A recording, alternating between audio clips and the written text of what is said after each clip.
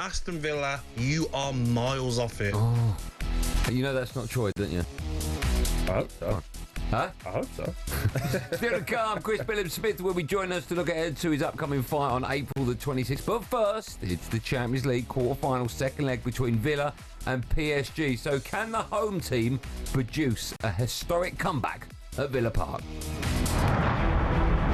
Martinez comes out and he's beaten, and Aston Villa might be 2-1, we were thinking for the next match, playing to win. And with 3-1, still being the same. They've got mountains to climb now in a week, they really have. Villa need a mini remontada. Unai's revenge. This PSG team plays football the right way. Corner of the penalty area again for Doué. Oh, brilliant, 1-1.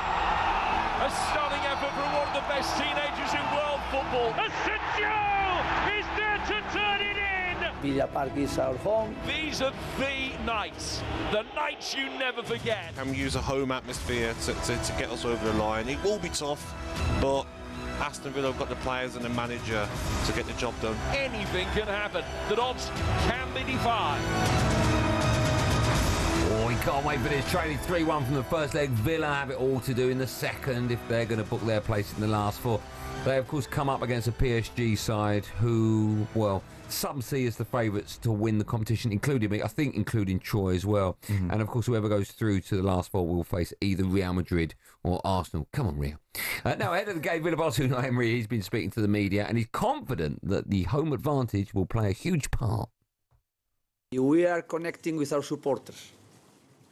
We are transmitting energy, positive energy. We are playing more or less,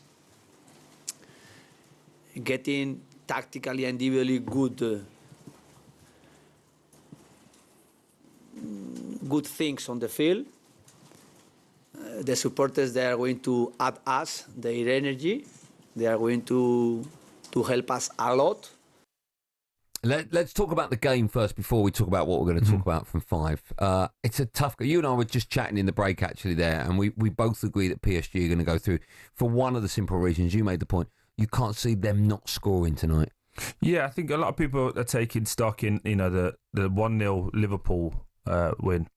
I still think you have to look. They had 27 shots on the night, and it's crazy. And Alisson had arguably the best game of his career. So I do feel that they've got that attacking impetus. Villa have to go on and try and take the game to PSG, naturally for being behind. The crowd will be up and expectant. I just think it just plays into PSG's hands to hit you on the counter-attack. I really do. I do think Villa will score, and I think it'll be an interesting game, but I do think that PSG will just get over the line. I think very much like tomorrow's game with Real Madrid and Arsenal, that first goal is so important tonight, isn't it? I think if Villa get it, it's game on. If they don't, it might be game over. I think more so tonight than tomorrow. I think Arsenal will be happy with a 0-0 tomorrow. I think Real Madrid have to go at them. I know, but if Real score in the first 10 minutes, it's game on, right? I'm not sure. Okay. I'm not sure. I can't wait to talk to you about that. I'm not sure. I think normally you would say that Real Madrid they're excellent, got wonderful players. They haven't been great this year. No. Throughout the course of the year, for the individual stats, they haven't been great this year. And they concede as well. Exactly, and Arsenal have been solid at the back as well. I don't think that Arsenal can play to that same level that they did last week. I think everyone was 9.5 out of 10 and some 10s. Yeah. I'd be really impressed if they did that back to back. But I do think Arsenal would just get through on resilience. They're not as soft as they used to be, shall we say? No. And I think for tonight, I think Villa Park will be really expected. So I think if PSG scored, it still doesn't change the job. Villa have still got to win on the night and score more goals. So I think it's more prevalent tomorrow than it is tonight. Can you see Villa scoring 3 without PSG conceding? Not without PSG scoring the other end. I could see them scoring 3. With the firepower that they've got now, so the general consensus is that Ollie's going to play over Marcus Rashford. So the fact that they can rotate between the two is obviously great. Can I say, just for the record, I have a sneaky feeling that won't be this is just my hunch. I think Marcus will start. You think Marcus will start? I really do, yeah. A lot of people think I'm wrong, but I just have that feeling he's going to stick with him. Yeah, I think Ollie will be disappointed. I like what I see from Ollie when he is getting dropped, or even happened with Duran, where there was a few times that Duran would play or was scoring, and then Ali came in and just scored, but he did a little celebration to the fans if to say, like, I'm still the governor. Yeah. And I like when Ali plays with that little bit of nastiness because he's a lovely kid.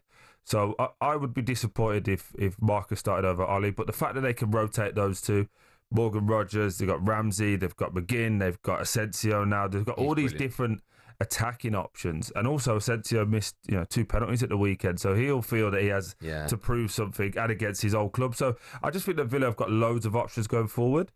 The biggest problem is Kamara is going to have an unbelievable job in front of that back four. Yeah. Bouba Kamara. Who do you want to win, Troy? Do you know what? Genuinely, PSG. Okay. Genuinely, what I love that you started genuinely because people went, I would like, obviously for the City and for English football, I'd love Aston Villa to go through, but I think PSG have been the best team in the competition this year. But you want PSG to win? Yeah, of course I do. Okay, now I'm with you on this, and my view is for a number of reasons. One is, and I think this is across the board, right? I think football fans listening to this will agree with me. It's worse if an English team wins it and you know someone that supports them, right? Yeah. So I don't want Arsenal to win the Champions League because of Benty. 100%. Right? So if Arsenal fans see me out, they go, "I can't. I've got nothing against your club." Yeah. Right? If Benty supported, I don't know, Luton, I wouldn't want Luton to win. Right? Yep. It's the fact that I would sit opposite him every day and he would just be sat there with probably a fake Champions League with a ball and he'd just put it on the desk and I'd have to live with it. So that's why I don't want to.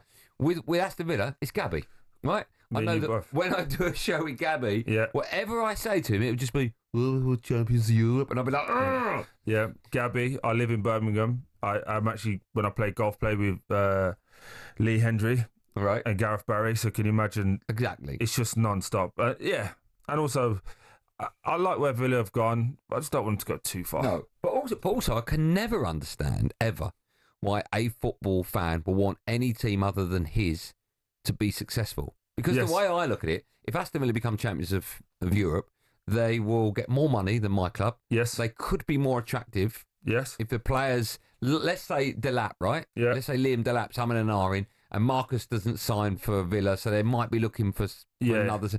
If they've won the Champions League, Liam Delap goes, well, Man United, Villa, they've won the Champions League. I don't want that. Yes. So there's no reason why I want another English club to be more successful. And I'll be honest, most people are thinking what I am. Man United will be struggling to do that for a few years anyway, so it's fine. To what? Just to attract players. Oh, I thought you'd say win a game. Yeah. By the way, you'll never get any argument from me about Man United because I know how bad they are. But that's why I don't want any other.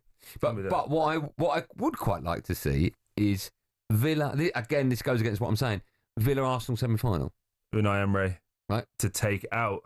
Well, because then I know that one set of fans will hate it even. It's worse losing to another English team. Okay. Right? Yeah, so that means like Gabby against Benty, I know one of them's going to hate that.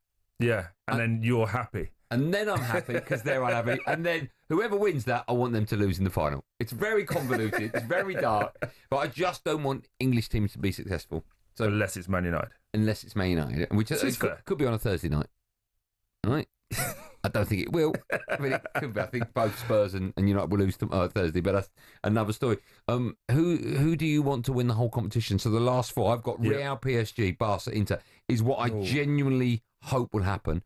The Real Madrid thing, I still think that game is far from over. Every Arsenal fan I talk to, I'm a bit nervous, but we'll win. And they should win. They should win, right? We've got the same four, except I would change Bayern for Inter. So we haven't got the same four. I said except the same four, except that was the key word. Right. I would have Bayern Munich versus Barcelona as a much just for the bigger name, bigger game. Okay, yeah, that makes sense. And the way that both of them play, it would just be great to watch because they're only going to attack one way. Yeah. Who do you want to win it? The whole thing. I'd love PSG to win it. Okay. I really would. Why? Tell me why you'd love. Because when you see over the last, 5, 6, 7 years, they've had superstars, haven't they? Like, Mbappe, Messi, Neymar.